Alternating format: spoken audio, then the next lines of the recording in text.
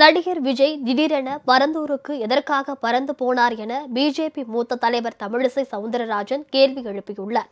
Railway துறையில் பணியாற்றி வரும் டி. குப்பன் எழுதிய 3 நூல்களின் தொகுப்பை சென்னையில் நடைபெற்ற நிகழ்ச்சியில் தமிழிசை சவுந்தரராஜன், பசுமை தாயகம் அமைப்பின் தலைவர் சௌமியா அன்புமணி ஆகியோர் வெளியிட்டனர்.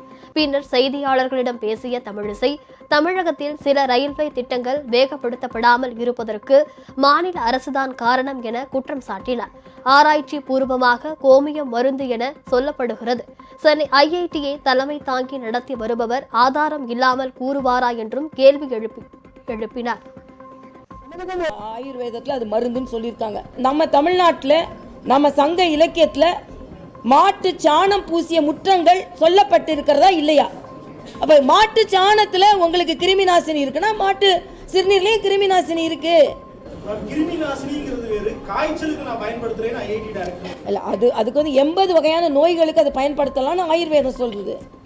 அதில் அவர் சொன்ன காய்ச்சல் அந்த 80 வகையான நோயில ஒன்றா இருந்திருக்கலாம்ல. ஒரு அறிவுபூர்வமாக, ஒரு விஞ்ஞானபூர்வமாக ஒரு தொழில்நுட்ப கல்லூரியை தலைமை தாங்கி கொண்டிருப்பவர் சும்மா சொல்வாரா நான் கேட்கிறேன். பரந்தூர் மக்கள் 900 நாட்களுக்கு மேலாக அங்கு போராடி வருகின்றனர். ஆனால் இவ்வளவு நாட்கள் அவர்களை மறந்துவிட்ட நடிகர் விஜய் நேற்று திடீரென அங்கு சென்றதற்கான காரணம் என்ன என்றும் அவர் கேள்வி எழுப்பினார். 910 நாட்கள் மக்கள் போராடுறாங்களாம். 910வது நாள் இவர் போறாராம். பரந்தூருக்கு பறந்து போனாரா நான் கேட்கிறேன், மறந்து போனாரா? இதுவரைக்கும் மறந்து போன பரந்தூருக்கு திடீரென்று பறந்து போனார்னா என்ன அர்த்தம்?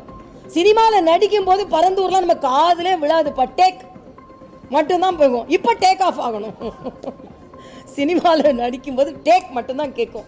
பரந்தூரில் மக்கள் ஓலம் போட்டுட்டு இருப்பாங்க, அப்போல்லாம் கேட்கவே கேட்காது. அங்கே முடிச்சுட்டு இங்கே டேக் ஆஃப் ஆகணுன்னோட இங்கே ஒரு டேக் ஆஃபுக்காக அங்கே போயிட வேண்டியது. என்னப்பா இது?